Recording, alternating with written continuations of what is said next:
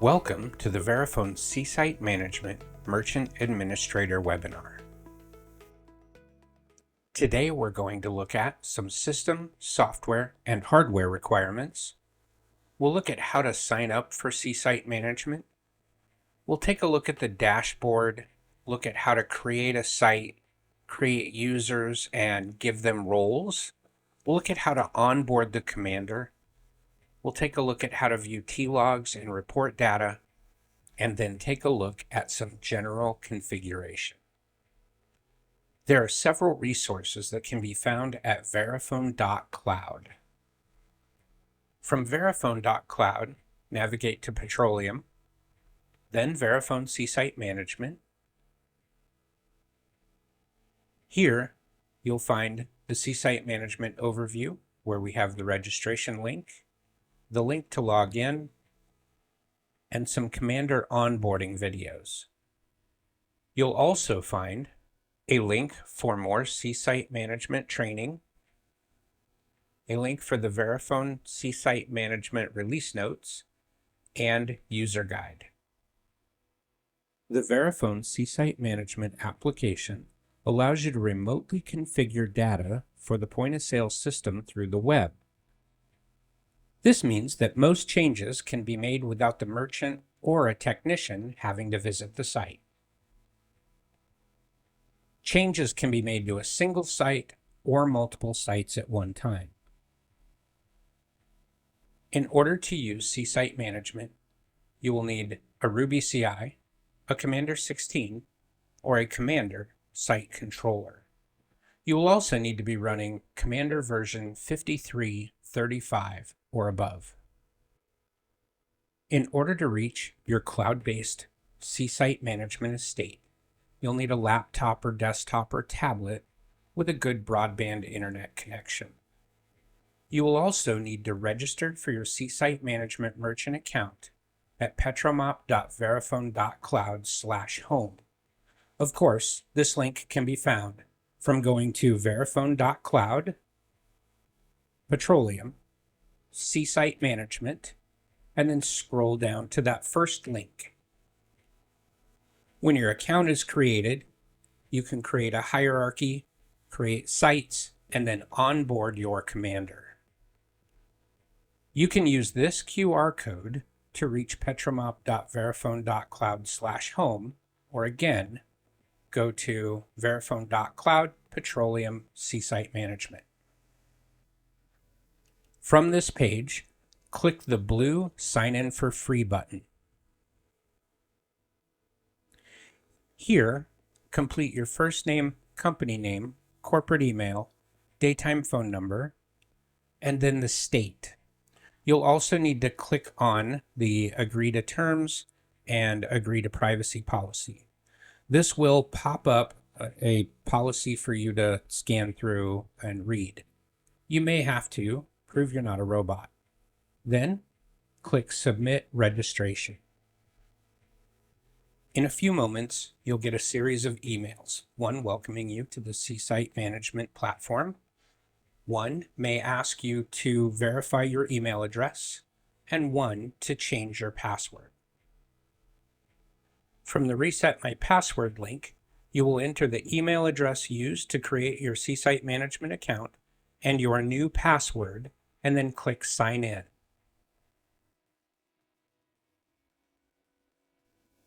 After this, you will go to us.live.verifone.cloud in order to log in.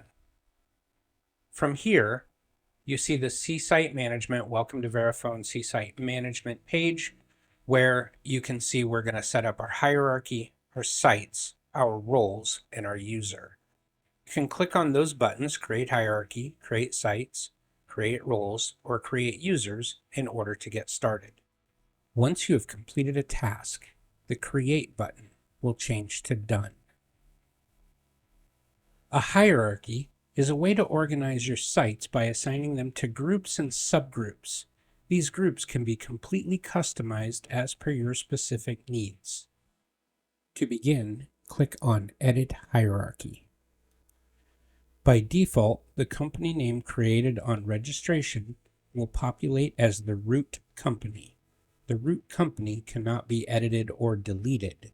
You can create subgroups from this window by clicking the arrow next to the site's name.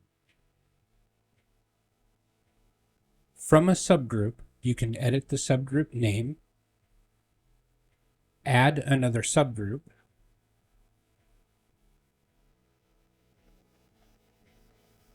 drag and drop this subgroup to any other level, add a subgroup to this subgroup, or click the trash can to delete the subgroup. Next, let's talk about site creation. This section is where sites are created and managed within the Verifone C-Site Management Cloud system. Sites, sometimes called stores, are the petroleum C-store or gas station at which the Commander site controller resides. Click on the blue Create Sites button to start site creation. First, let's click on the manual creation and see how to create a single site. You will need to include your service ID. You can select a site ID. You have to select a site name. You can select any custom attributes. We'll choose our Verifone food service.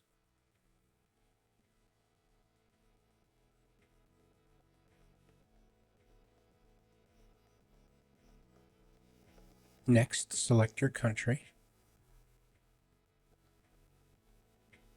And you must click on Add Address and put in your complete address. Now click the blue Create Site button. I'm going to go back to the top and click on that Sites, the less than, so we can go back to the previous menu. From the Sites page, we can see our online, offline, and pending authorization sites. Let's now take a look at bulk creation of sites. When you click on bulk creation, you can download the template, fill out the form, and then paste the template here. Let's take a look at the template form.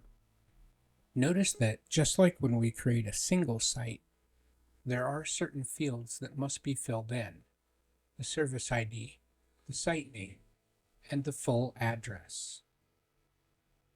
Once you've completely filled out this form with all of the sites you wish to create, you can drop this file in the Site Upload section. Clicking the blue Continue button at the bottom will complete your submission. In a few moments, you should see the changes reflected on your site's page. Until onboarded, your site should show up as pending authorization, or pending, as you see here on this screen.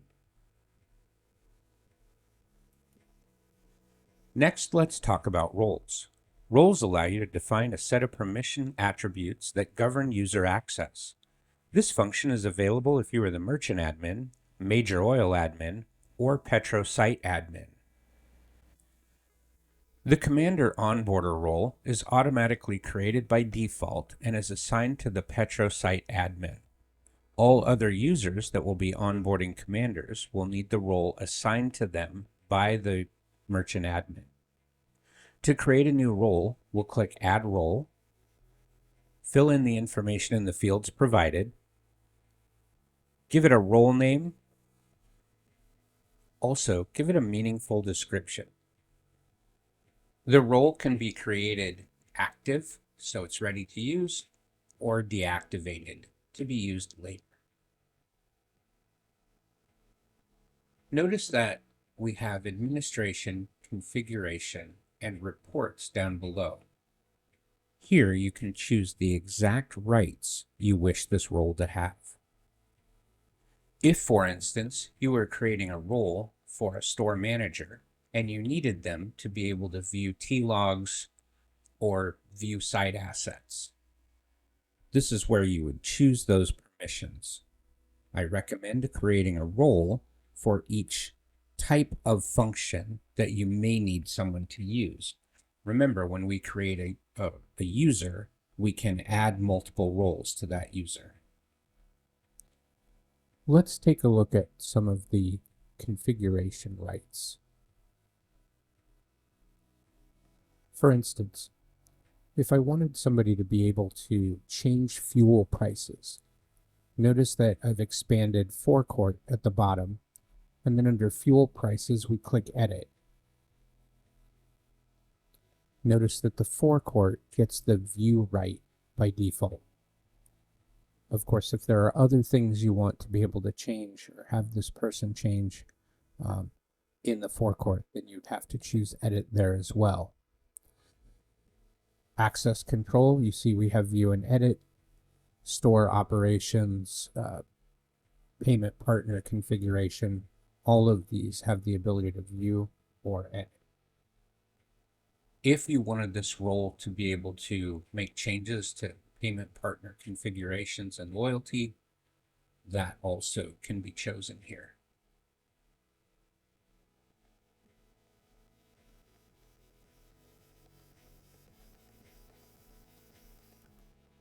You may notice that these screens change slightly over time, but as we put out updated videos, you'll see the latest workflow. Once your choices are made, click the blue Create Role button at the bottom.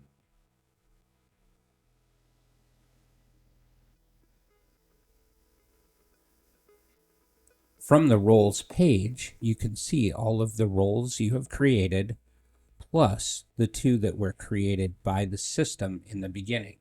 That is the PetroSite admin and the Commander Onboarder role. Next, we'll look at how to assign these roles to new users. To create a new user, first click Add User, then put in a name, the company email address, choose whether you want to create this active or inactive, and then just choose any of the roles that you have created for this user. Notice that if I choose the PetroSite admin, that all other roles go away. This is because the PetroSite admin is the administrator for the account.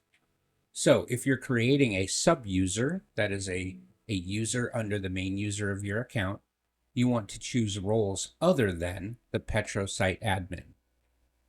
I cannot stress enough that the PetroSite admin has rights to everything that is available in the estate. Click the blue Create User button to create this user. Next, let's talk about onboarding your commander. From Verifone.cloud, if you go to Petroleum, Seasite Management, and then scroll down, you'll see videos for onboarding the commander. You'll see videos for 5335 to 5401, and another video, 5402 and newer. Now, in order to onboard the commander, remember that you must have the commander onboarder role or PetroSite admin. In order to onboard our commander to an existing site, we'll need to go to Configuration Client. First, go to Initial Setup, then choose the last option. We see Cloud Connect here. This is for release versions 5335 to 5401. Upon clicking that, you'll get to this screen. Click the Cloud Connect button, and then you'll want to copy that user code and then go to the URL listed. When you do this, it will open a new web page where you'll enter the code and click Submit. Now you can log in with your Seasite Management username and password. It's going to ask you to approve some permissions next. Here you see it's asking you to approve the right permission, so you'll need to choose the Allow button.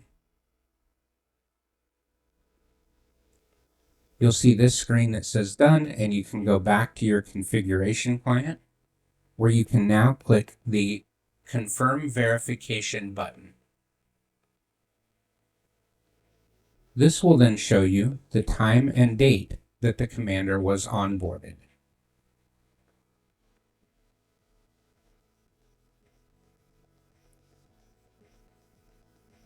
For release version 5402 and beyond, again, we'll go into Configuration Client, go to Initial Setup, and go to the last option, Connect to Verifone C-Site Management. From here, we'll be presented with a email and password challenge. And so you'll use your C-Site Management username, your email, and your C-Site Management password, and click Submit.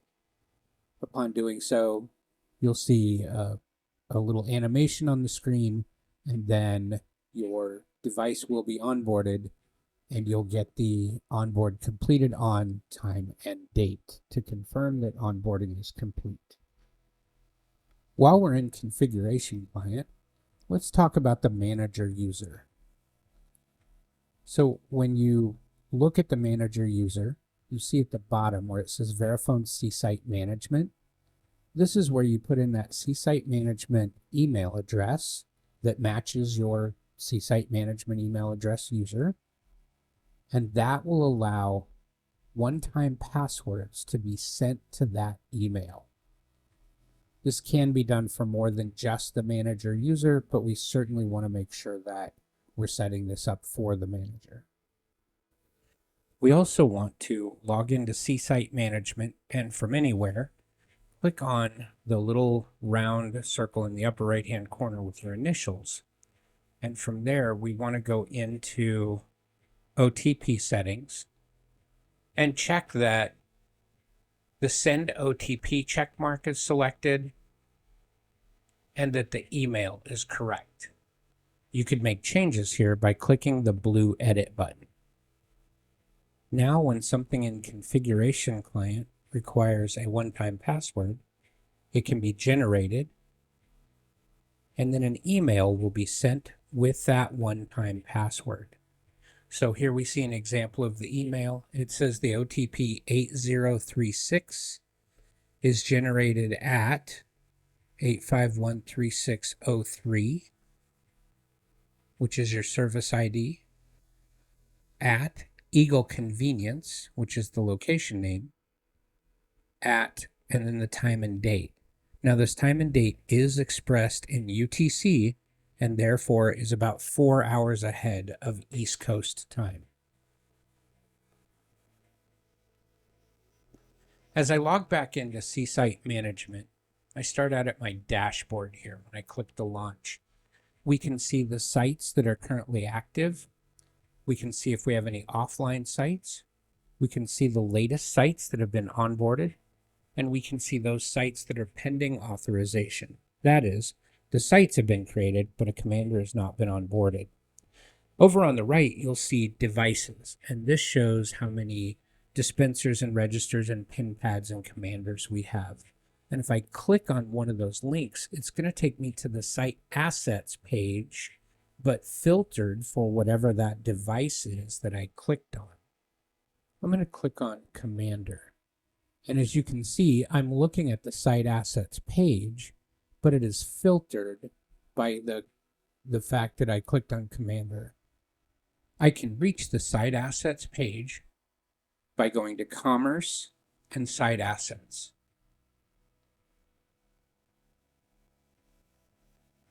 Here, we can filter on any type of device that we see.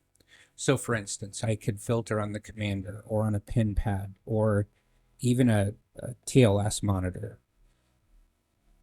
We're not communicating directly with those peripheral devices like the dispensers. We're only showing what the commander knows about those items. But notice that, for instance, we can see the software version that's been reported to commander running on something like a dispenser.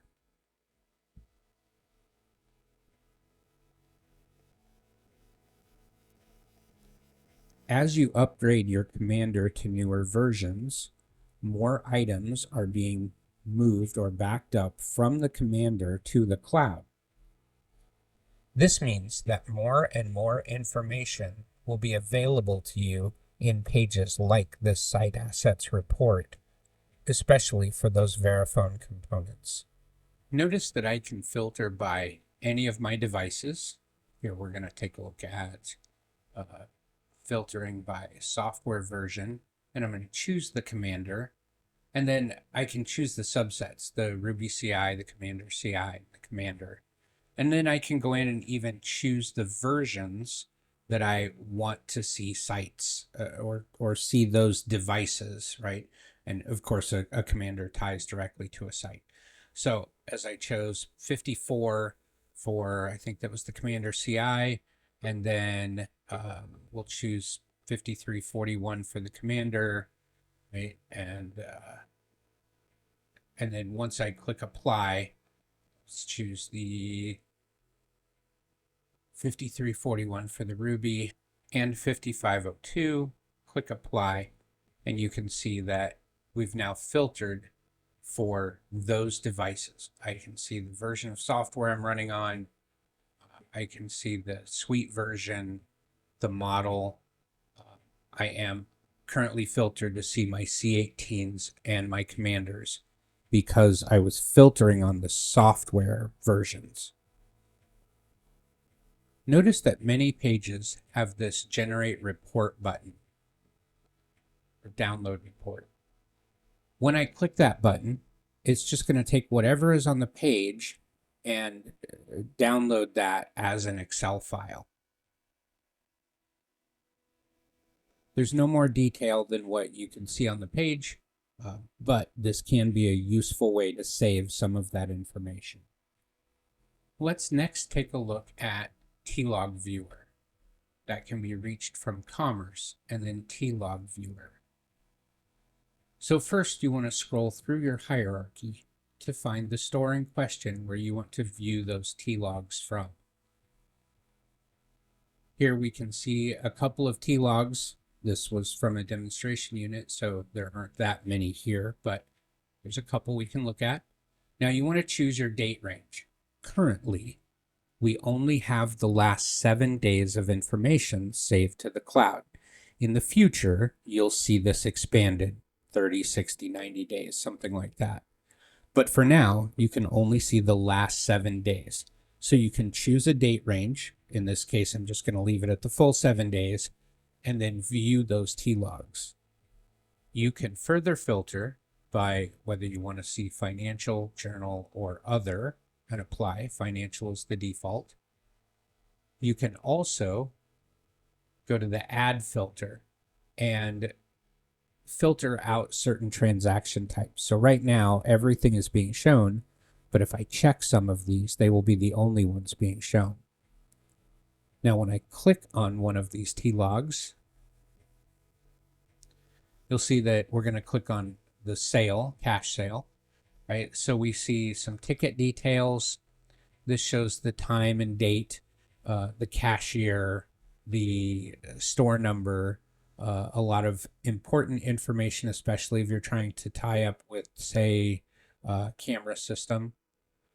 And then we can also take a look at tax details, payment details. Here we can see that this was indeed a cash sale. If this were a network sale, we'd be able to see information like the last 4. Next, we'll see the line items, the actual items that were sold. And if loyalty was used, there would be a loyalty tab at the top as well that you could view. Next, let's take a look at the summary report. The summary report can be found under Commerce, Summary Report. Again, after choosing your site from the hierarchy, you'll see the list of reports that are available. When you click on that summary report, you'll see the report as of the last close, and it is, of course, going to show by category. Here we see merchant sales, and if we had any fuel sales, we would see those below where you see fuel sales near the bottom. Because this was a demo unit, we don't have any fuel sales, no forecourt connected. Again, as of today, only the last 7 days worth of reports are being held in the cloud. In the future, this will be expanded. Next, let's talk about Viper Table Set Management. Viper Table Set Management is intended to perform scheduled updates to the card tables in the Verifone commander. Table updates are XML formatted and must be specifically formatted to ensure no errors occur. Updates should not be performed without assistance from Verifone at this time. Viper Table Set Management can be found under C-Site Management, Table Views. Next, let's look under Configuration and Site Management. You'll notice that under Site Management, we can manage one site at a time, or we can do Enterprise Management, making changes to multiple sites at one time. Here we see a list of our sites, but if we change from sites to enterprise,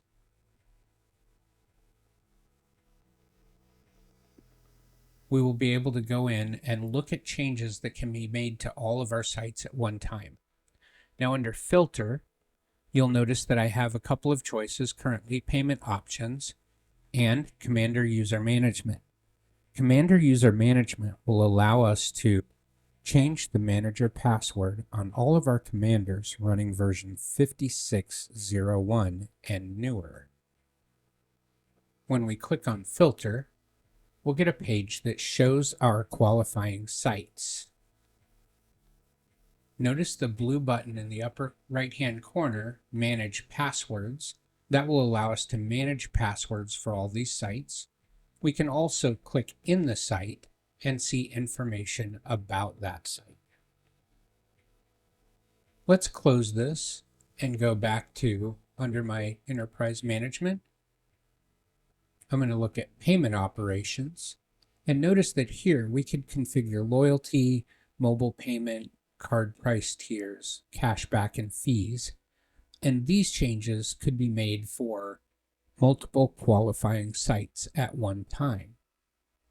If I click on a site in my site list, I can go in and look at these payment operations details, right? So here we're looking at, for the site called VCF 2025, I can see my loyalty configuration that has been configured. While this configuration was configured at the enterprise level, you can see I can still come in and, for instance, enable barcode scan or display FEP inside or outside for multiple loyalty. Now I'm going to change from enterprise to sites, and we'll take a look at our list of sites. First, I'm going to choose a site that I know is running an older version of software. So as I look at these items that I could configure, you'll notice that it tells me that the version I'm running does not support configuration of this form. When you log into C-Site Management, you are always looking at the current version or the latest version of C-Site Management. But remember that from 5341 all the way forward, different items become available to export from the commander into the cloud. So as I take a look at a newer site, you'll notice that when I click on tipping this time, now there are things that I can configure. Let's take a look at all of the items that we can configure under Store Operations. So method of payment configuration allows payments that are accepted at the store to be configured or modified. There are pre-configured method of payments when the commander is loaded. Currencies are used to define an alternative currency that can be accepted at the store along with the exchange rate. For instance, if you were on the border between the US and Canada, you may want to take both currencies.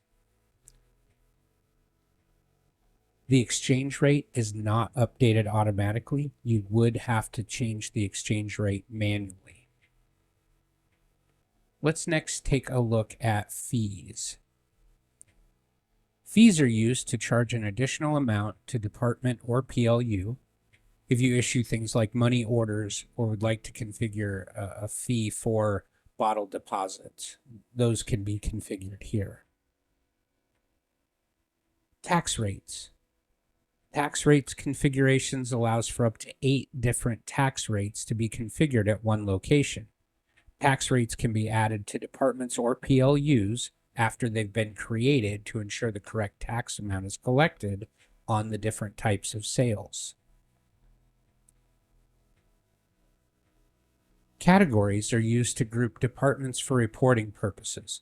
Categories are numbered from 1 to 9,999 and include a name after the number. After a close like a day close, the summary report would show those sales by category. Let's next take a look at departments. A department is just a group of similar PLUs or items. And if we take a look at PLUs, these are individual items in the price book. PLUs can be scanned with a barcode, or they may be assigned to a button or menu. PLUs can be added here, they can be modified or deleted here. Next, we want to take a look at blue laws. Blue laws prohibit the sale of certain items during specific days and times. Blue laws are dependent upon local government laws and regulations. For instance, you may need to set times when you can't sell alcohol. ID checks allow the point of sale to prompt the cashier to collect the customer's ID information to confirm they're old enough to purchase the product. There can be up to 6 different ID checks configured. See the Age Restriction Feature Reference Manual for more information on ID check configuration. That, of course, can be found on verifone.cloud under Petroleum. As we click on Sales, the Sales Configuration form is used to configure sales functions such as whether or not to print a receipt or force a date of birth on ID check. There are over 50 other configuration items you can configure here. Let's look at menu configuration next. The menu configuration form allows the ability to view PLU items in menus and submenus that are linked together in order menus. Menus are assigned to the point of sale touchscreen or self-checkout touchscreen or the register keyboard if one is used. These menus are most commonly, of course, used in food service. Touchscreen. Here we can configure the touchscreen panels and screens to be applied to registers. When configuring touchscreens in C-Site Management for Commander version 56 and above, users can drag and drop the panels and the buttons and the screens. For instance, if I go into Edit Panel, you can see that I can just move this button over and it swaps with wherever I put it.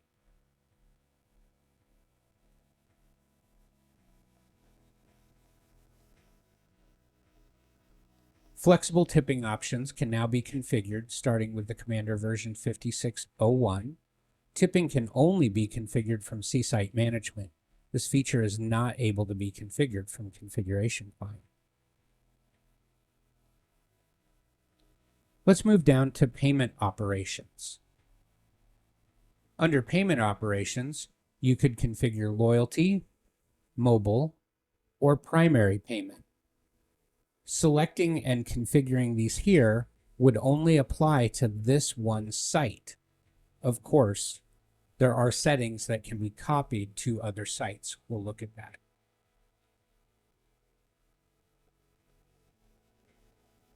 Let's look at access control. Access control, as you can see, contains the point of sale security.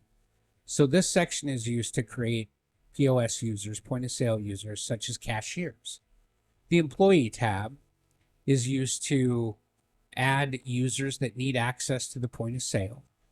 The Security Controls tab is used to configure the security level needed to access selected items or tasks. So, for instance, if I go look at the Fuel Manager and we scroll down, I can see to reset the controller, I would have to be at a security level of 5 or higher, meaning when you create the user, if that was someone you wanted to be able to reset these items, you would need to set them at a level of 5 or higher in order to be able to make that change, or change this to a lower security level.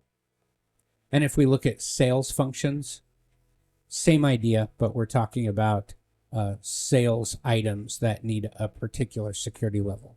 For instance, to suspend a transaction or do a tax exempt, you want to set those to a level. Payouts, right? We see payouts is currently set at 7. It's a pretty high security level. Let's next go and take a look at the forecourt. When we look at forecourt, the first thing we see is the DCR configuration.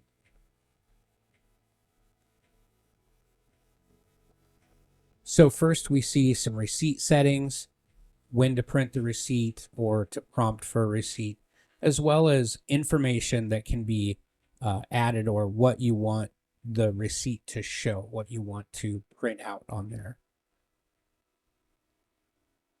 If we move over to site settings, here we can see duration of some alerts, enable the attention beep or enable the mistake beep. If we look under DCR settings, here we can configure what's going to show on the idle screen, or take a look at the keys configuration or position settings. And you can make changes, of course, to those, the key configuration and the position settings. Let's next move to fuel. Fuel prices can be modified for the selected site by selecting pending prices on the right-hand side, which we see is selected by default. And so you can come in here and change these prices. Now, when you change these prices, the site will still need to initialize the change. If I want to see the prices in effect right this minute, for instance, if I've changed those, I would need to go to in effect pricing to see the current price. When we look at fuel configuration, this area is read-only and shows the fuel config that is in effect at the site.